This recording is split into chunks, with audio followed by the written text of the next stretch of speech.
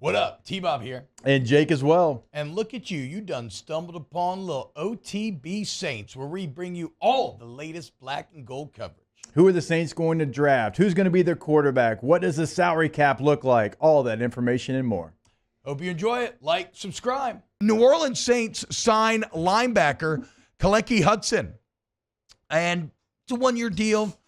This is a cat who spent the last 3 seasons with the Commanders. He's a 5th-round pick in the 2020 draft. Mainly a rotational guy, special teamer. This is not something that is on the surface exciting, but get on New Orleans.football, as one does, see what our guy Nick had to say about it. There is one element of this that I did find to be a bit intriguing, and that it's, if you look at Hudson over the final 4 weeks of last season, he got some real opportunity. He ended up playing the majority of the snaps for the Commanders, 52 tackles in those 4 weeks. If you just look at the last 4 weeks of the year, he actually led the NFL during that span. So again, let's not make too much of it. And as Nick points out for reference, Demario Davis had 29 tackles in that span. Pete Werner had 24. So 52, nothing to sneeze at. Is it a sign of things to come? We'll see. I would say it definitely speaks to potential. And then you think about pairing a guy like that with a guy like Demario Davis who can teach you and continue to grow your game. And okay, maybe Hudson's got some excitement to bring. Probably won't think about Khaleke Hudson again, though. But maybe you will. So something to keep an eye on. Another thing to keep an eye on, there's some rumors starting to swirl about the Saints potentially pursuing Zach Wilson. And I should say that this is maybe more about just kind of looking, okay, who would Zach Wilson make sense for?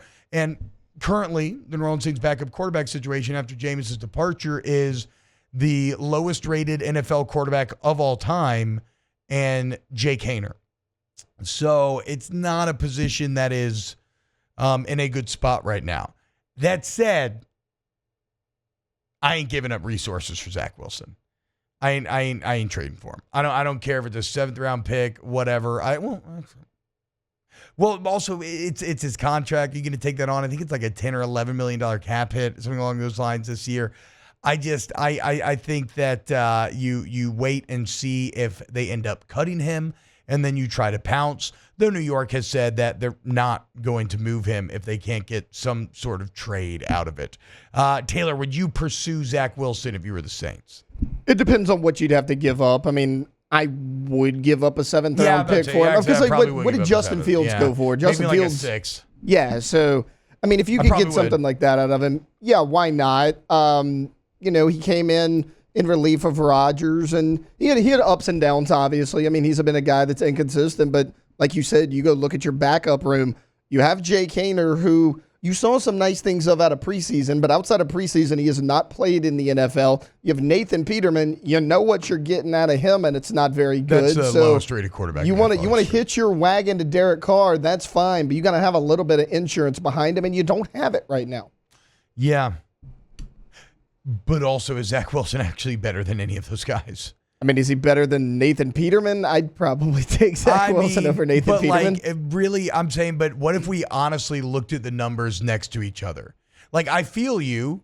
He should be significantly better than Nathan Peterman, but I don't. I mean, I'm thinking about that like 3-0 game and some of those other games that they had in New York. I don't think Zach Wilson has too many numbers to write home about either. Then again, it's a Jet, so he's not exactly put in a great situation. So it's something to keep an eye on. I will agree with this. Maybe Zach Wilson's the answer. Maybe he's not. I do agree with Taylor that the backup quarterback situation is unsettled. And if you're looking at weaknesses on this roster, I think there's still improvement that could be made in that regard. I see you looking up numbers. Do you have anything? So Nathan Peterman, 4 touchdowns, 13 interceptions. Hell yeah. Zach Wilson, 23 touchdowns, 25 interceptions. He's at 57% completion percentage. Nathan Peterman at 53. Here's the big one. Zach Wilson, a 73.2 rating. Nathan Peterman, 39.4. Okay. So yeah, he's a step up. He's a step up. He is a step up. But is it worth taking on, what is it, a $10 or $11 million cap hit? I mean, I guess the Saints could make it work for 1 year. Yeah, I mean, it would be a 1-year rental. I don't know if it's Wilson, but they do need help in that regard.